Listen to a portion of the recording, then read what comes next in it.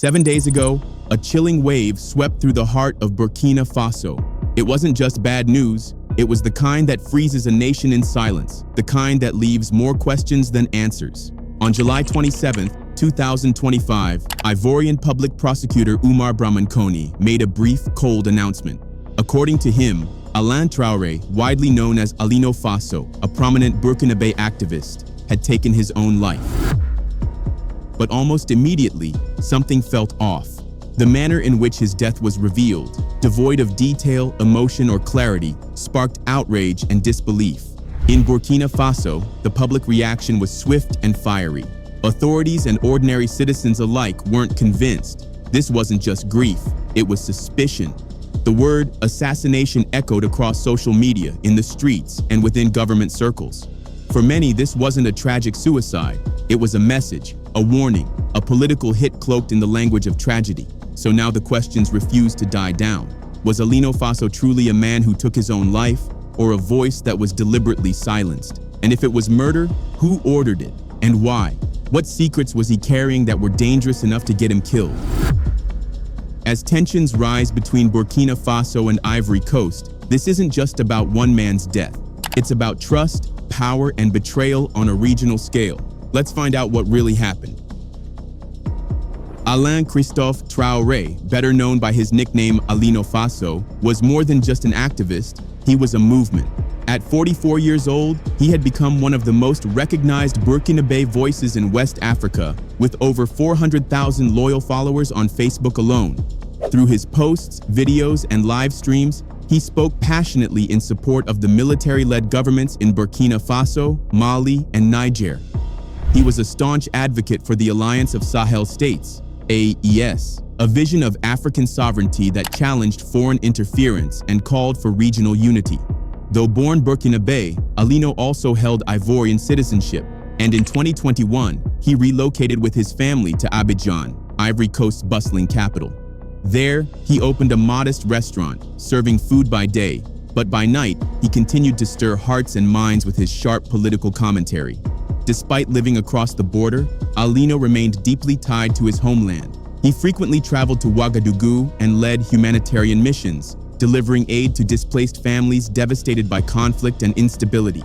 But then, everything changed. In January 2025, Alino suddenly disappeared. There were no posts, no messages, silence. Panic grew among his followers.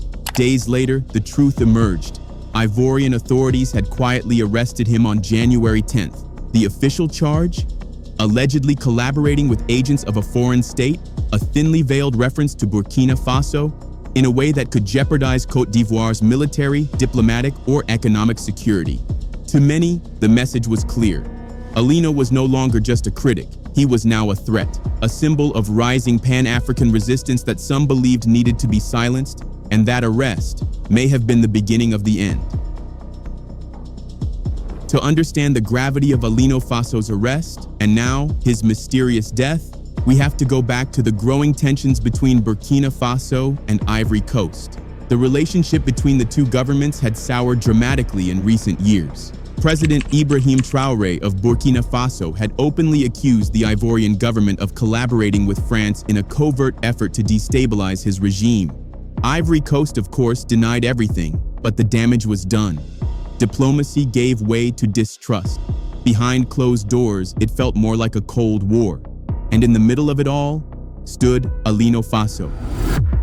He wasn't just a political commentator, he was a firebrand. He consistently sided with Burkina Faso, using his massive online presence to criticize the Ivorian authorities without restraint.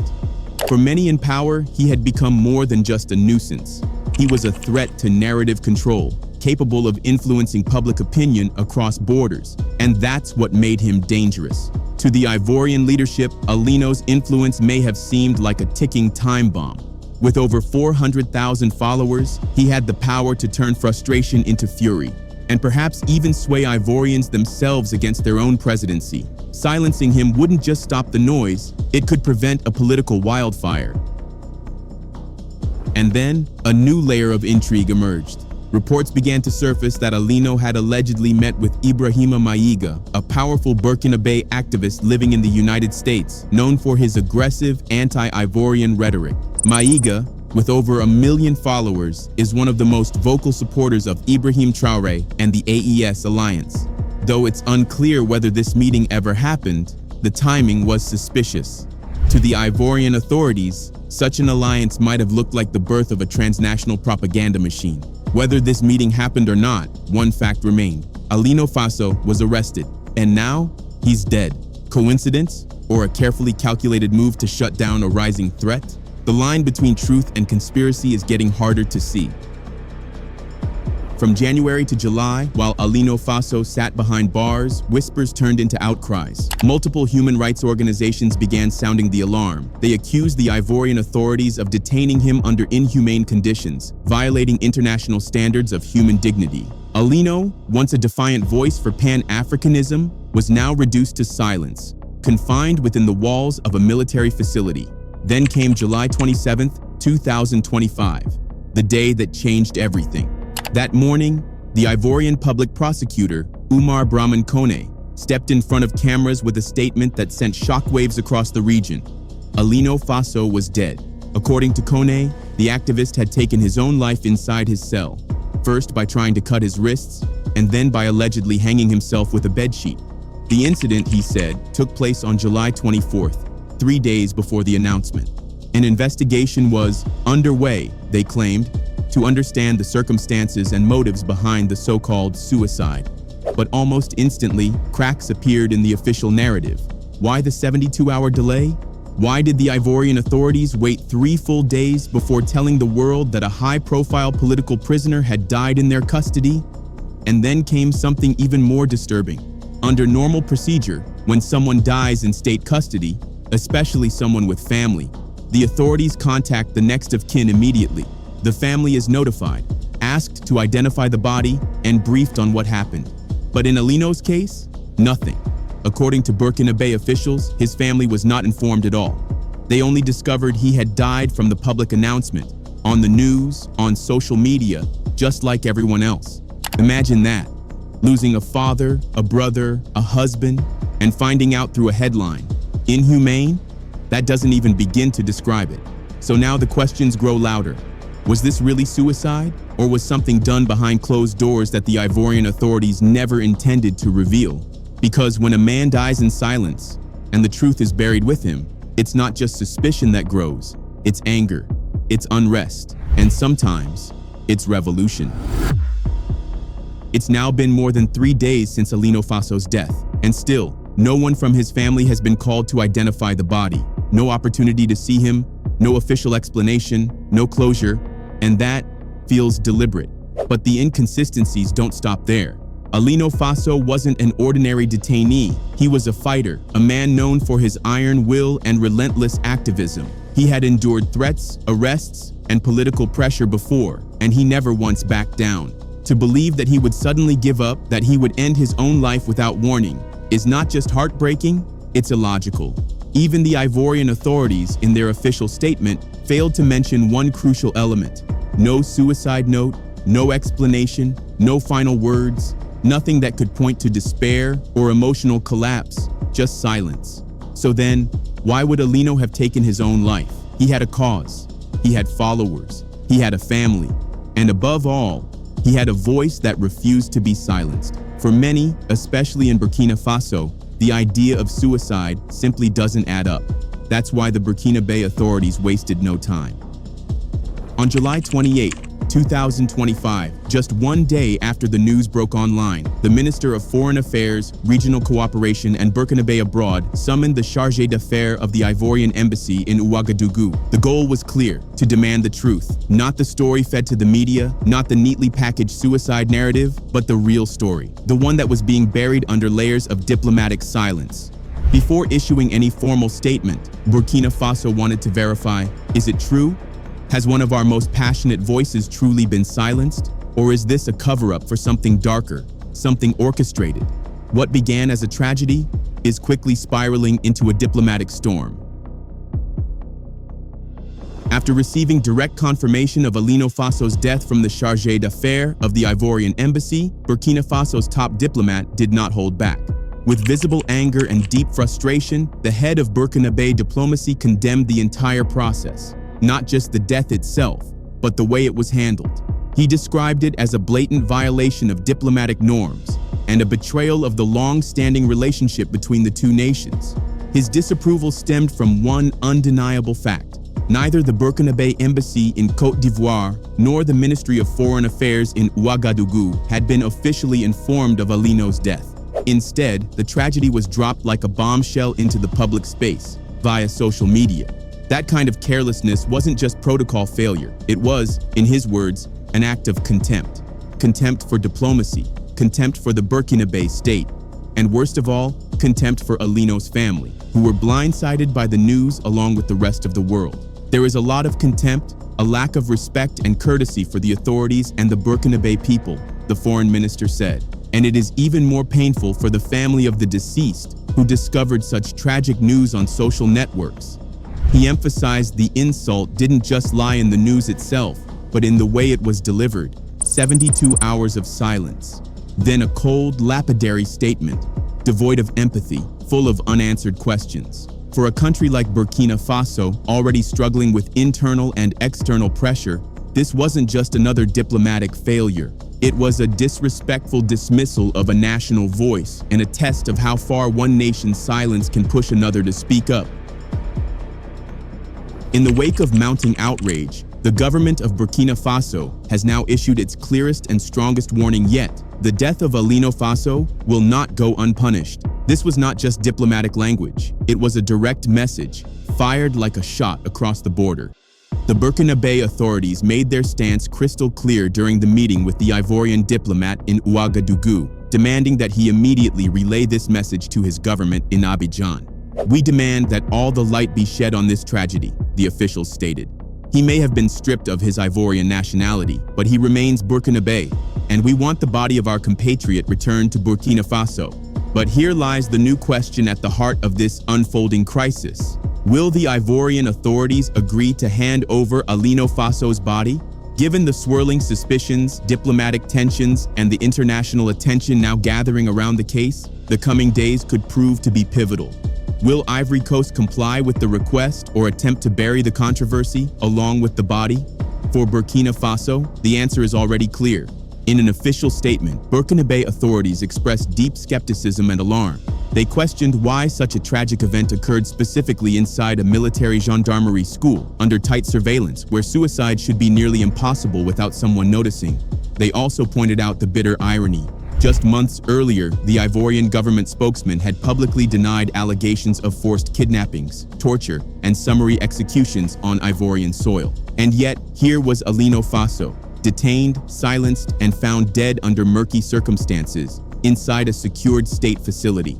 To the Burkinabe government, it doesn't add up. It reeks of foul play. And it's no longer just about justice for one man, it's about the credibility of the Ivorian state and the lengths some powers may go to silence a voice they could no longer control. The pressure is building, the world is watching, and in Burkina Faso, one message echoes louder than all others: we will not let this go. The government of Burkina Faso isn't just angry about how Alino Faso died. They're demanding to know why he was still being held in the first place. More than 6 months after his arrest, Alino was still locked inside a gendarmerie barracks, without a trial, without due process, and without access to justice. No courtroom, no judge, just silence. The Burkinabe authorities are now raising a critical question. Is it even legal to detain someone for over half a year without trial? Under international law, the answer is no. Arbitrary detention violates not only human rights standards but also basic democratic principles. So why was Alino Faso held in the shadows, far from the public eye, for so long? This is what the Burkinabe government is demanding from their Ivorian counterparts.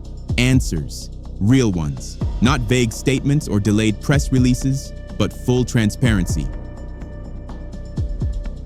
And they're not alone. The controversy has now crossed political lines inside Ivory Coast itself. In a rare moment of opposition unity, the Ivorian Party of African Peoples, PPACI, led by the movement of former President Laurent Gbagbo, has stepped into the storm. Speaking through the party's president of the operational committee, Damana Adia Picus, the PPACI condemned both the detention and the suspicious death of Alino Faso. Alino Faso was a cyber activist and a Burkina Faso influencer recognized for his commitment and positions, Picus stated. He was arrested on January 10, 2025 in Côte d'Ivoire, accused of espionage, intelligence with foreign agents, and spreading false information. Picus acknowledged that Alino's case had already stirred public concern, not only in Côte d'Ivoire and Burkina Faso, but across the West African region. Public opinion was waiting for justice to take its course, he said, when suddenly the news of his death was announced. This is a tragedy. Indeed, what started as a politically motivated arrest has now become a regional scandal, with citizens, activists, and political parties all demanding the same thing: the truth. And for the first time, even some within Ivory Coast are beginning to question what really happened to Alino Faso behind those walls, and who's responsible for the silence that followed. Even within Ivory Coast's political establishment, the official suicide narrative is being quietly but unmistakably challenged. Damana Adia Picus, a key figure in Laurent Gbagbo's party, PPACI, posed a chilling question. What could possibly push a man like Alino Faso to end his life in such an extreme and radical way? According to Picus, if suicide is indeed the truth, and that's still a big if, then it raises serious concerns about the conditions inside Ivorian detention centers. He described them as inhuman, bordering on infernal, a harsh indictment of a prison system known for overcrowding, neglect, and silence. Picus didn't stop there. He called on the president of Ivory Coast himself to urgently investigate the state of Ivorian prisons and to take real steps toward reform. For a political figure to speak so openly, in such blunt terms, signals just how deep this crisis has become. The PPACI, in a formal statement, expressed its sorrow over Alino Faso's death, calling it not just a tragedy, but a symptom of a system gone too far. Under the banner of the movement, Too Much is Too Much, they extended their condolences not only to Alino's family, but also to the brotherly people of Burkina Faso. But outside the world of diplomacy and political statements, the streets have spoken louder. On July 30th, 2025, thousands of Burkina Faso citizens dressed in white, the color of mourning and resistance, flooded the streets of Ouagadougou. The protest began at the Thomas Sankara Memorial, a symbol of defiance and dignity, and marched straight to the embassy of Côte d'Ivoire. The march wasn't random. It was organized by the National Coordination of Citizen Watch Associations in Burkina Faso, a civil coalition that has become a key voice for accountability in the region. Their message was loud and clear: justice must be done. The demands of Burkina Faso must be respected. Alino Faso's death will not be ignored. Placards bore his name. Chants echoed through the capital. This was not just about one man. It was about national dignity, Pan-African justice, and a cry for answers that can no longer be ignored. Now, as the world watches and the pressure mounts, all eyes are on Abidjan. Will the Ivorian authorities reveal the full truth? Or will this case, like so many before it, be buried in silence? The next move belongs to Ivory Coast, but the people of Burkina Faso, they've already made theirs. The coming response from the Ivorian authorities will be the true test. How they handle the demands from both the government of Burkina Faso and the outraged Burkina Faso people will either begin to clarify this tragedy or bury it in even deeper suspicion. But let's be honest, with everything we already know, the odds don't look good. The fact that it took 3 full days for the Ivorian government to announce Alino Faso's death already raises red flags. In a case as high profile and politically sensitive as this one, delayed communication is not just strange, it's alarming. It suggests hesitation, cover-up, or worse, a possible scramble to control the narrative before the public found out. And what makes all of this even more volatile is the timing. Alino Faso's death didn't happen in a vacuum. It comes amid an intensifying geopolitical standoff between Ouagadougou and Abidjan, a conflict that has slowly simmered into a cold war between two radically different visions for West Africa.